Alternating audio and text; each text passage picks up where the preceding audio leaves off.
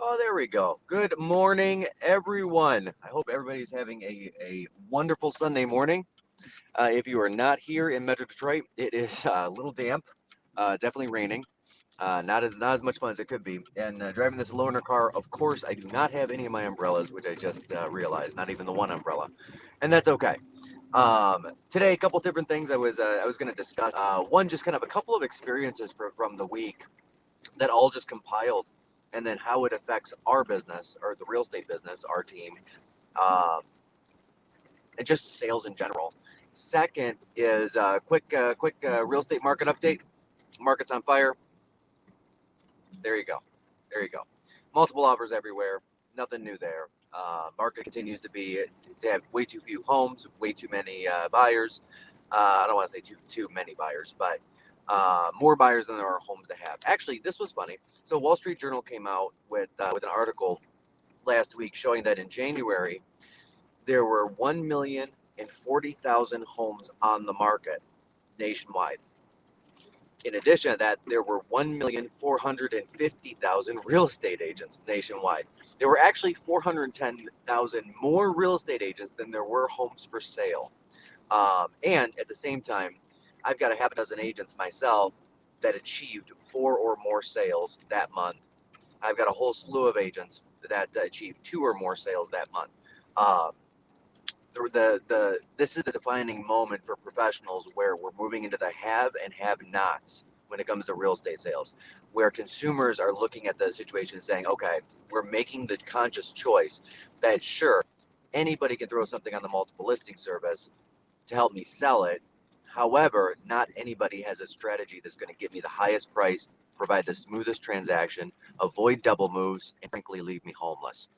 Um, so we're in that land because I see a lot of agents nationwide that are selling, a half a dozen homes in January, yet there are 30% less homes available than number of licenses, active licenses. Um, but anyway, so this week I had a couple of stacked experiences, not necessarily all real estate related, but just very, very interesting when I was thinking about them all in a row.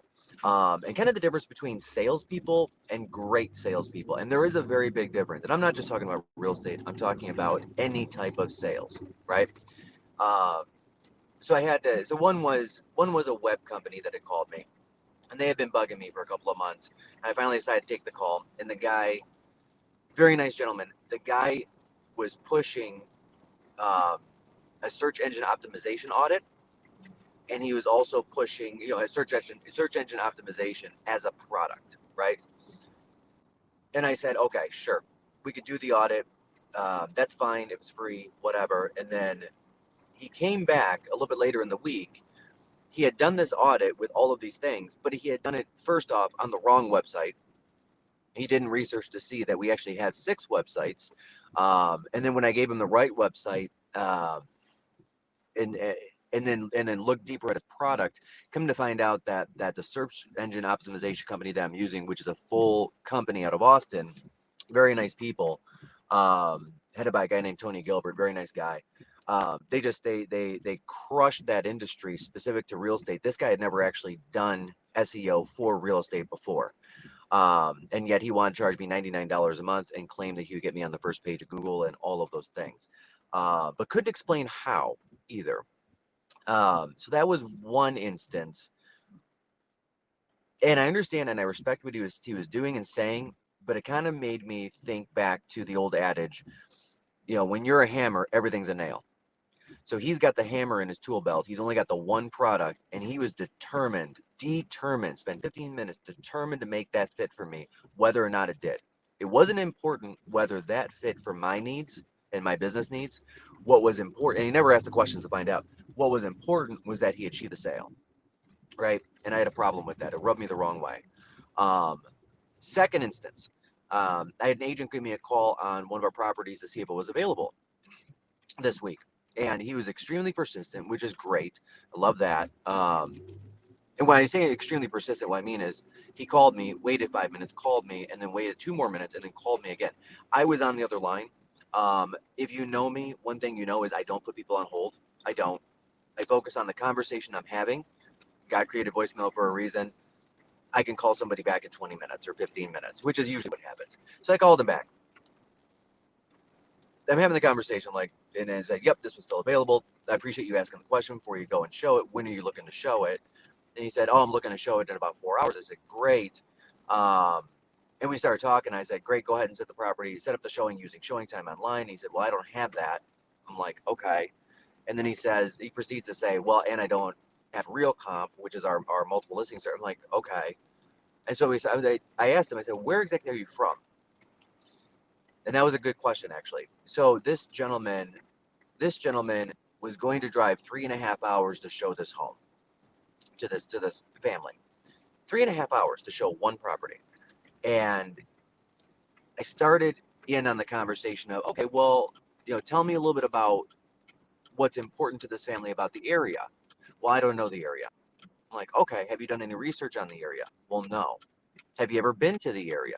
No, I've never been. Okay. And then I started naming the cities around that city.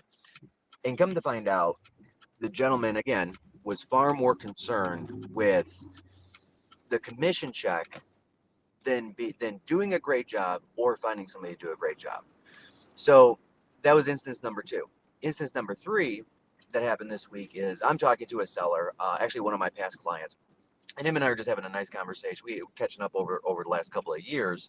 Last kid is senior in high school this year, and his concern is if he doesn't sell and downsize now, because he's had several agents email him, mail him, call him, saying you gotta sell now, you gotta sell now, you gotta sell now. If you wait till next year, you're losing money, blah blah blah. And so we're having this conversation, and so his oldest is senior in high school. His next oldest is still at home from college doing the remote thing, but going back to college in the fall, like physically going back. So you've got 4, and they have 3 kids total. You've got 4 people living in the house. It's a right size house for the family, to be honest. It's paid off, so it's not like there's a financial stressor that they need and must sell. And so we're having this conversation, and I just asked the question, okay, where are you going next? Well, come to find out that a couple of agents had advised him to sell the home, rent for a year, and then as the market goes back down, then rebuy that smaller ranch condo. Here's the problem with this. Every economist, it doesn't matter if it's a real estate economist or not, every economist agrees the real estate market is going to go up between today and the end of the year. Not even the beginning few months, but today and the end of the year, 8%. And next year, we're looking at 5 to 7% appreciation, right?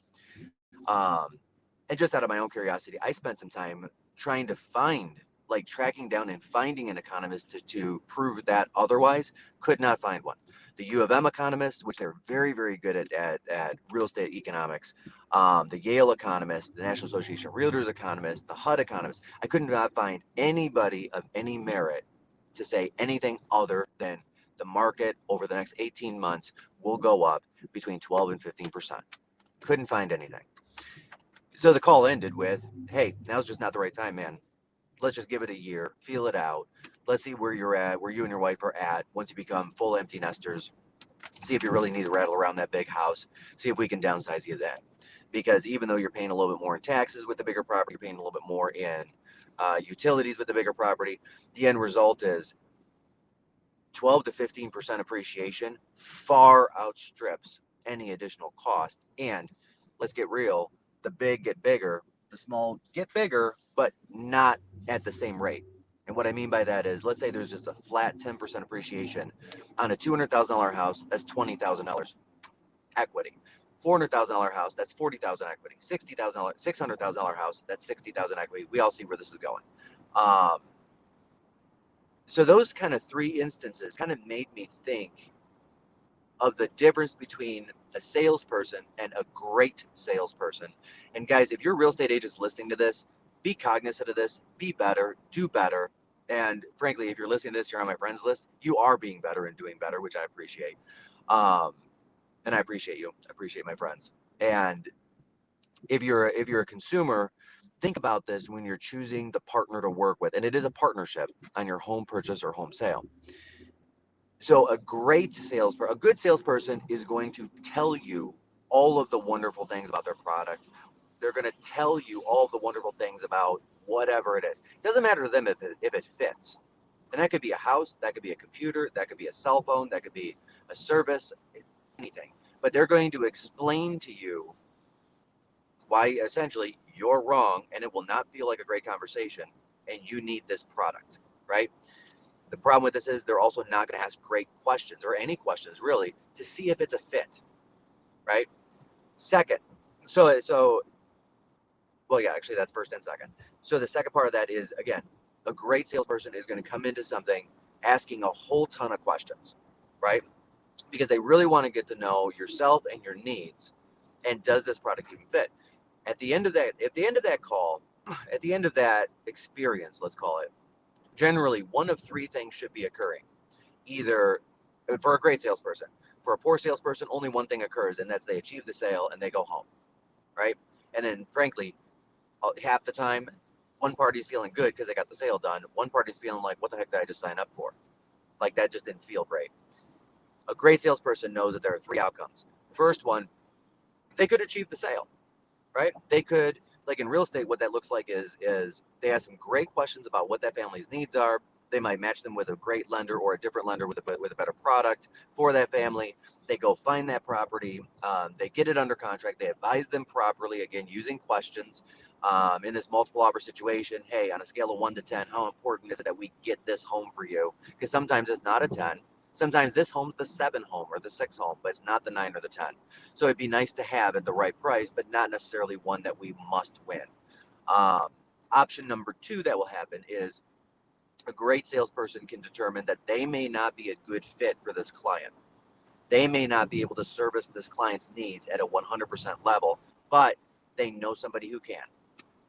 They know somebody who can, right? So, as a good example of that, so far this month, our team has sent out 13 or 14 referrals. I don't remember what the list is. I need to look at that more. But effectively, two of them are in Michigan, right? Are we licensed to do business in Michigan? Absolutely. Am I going to advise one of my salespeople to drive 5 hours to a community that they don't know? No, no, that does not service the client. It actually doesn't service the salesperson either, because if you're driving a couple of hours to go show one property or two properties, and you got to do that multiple times, it's as damaging to the salesperson's family, frankly, as it is to the family who's now getting second level service because you don't know the area. You're not well versed. You don't understand that there's the city dump right behind this house, which is why it's been on the market for 3 weeks and it hasn't sold. You don't understand that there's the railroad, and you know that you can't see, but then the train comes 15 times a day, which is again why this property hasn't sold or it's so aggressively priced. Like, you don't know those things, right? So two of those guys we referred out, two families we referred out. We referred to agents that will do a better job. And then third and finally is the I can't help you, right? So, like with my conversation with my past client this week, it ended with, I can't help you, right? Your goal is this. You want to maximize this investment because it's such a large part of your retirement portfolio, the equity in your home, right? And your goal dictates that you want to juice that for as much as you can. I can't help you today because your family situation is as such that you still need the room, and it would be massively uncomfortable to downsize to something 40% of the size or 30% of the size with you're working from home, your wife's working from home. You've now got two kids that are effectively well, one's back in school, but one's working from home. No, I'm sorry, I can't help you. It doesn't make sense. It doesn't make sense. And a great salesperson also understands versus an average one that conversation and being upfront and being honest with them, well, you might lose that one sale this year. You'll get it back next year, but it's going to also result in many more referrals because you just lived by the adage, do the right thing. Simple enough. Um, anyway, guys, that was kind of on my mind this week just because of a couple of different instances with a couple of different salespeople, not even in real estate necessarily, but that was just really interesting, the different approaches that salespeople were taking to quote unquote get the job done. When you look at the job being done and you're asking yourself, did the job really get done? Do I really need that $99 a month SEO package when I've got this over here? Does this realtor really need to be driving 3 hours to show properties or 3.5 hours to show properties when they can refer it to a local?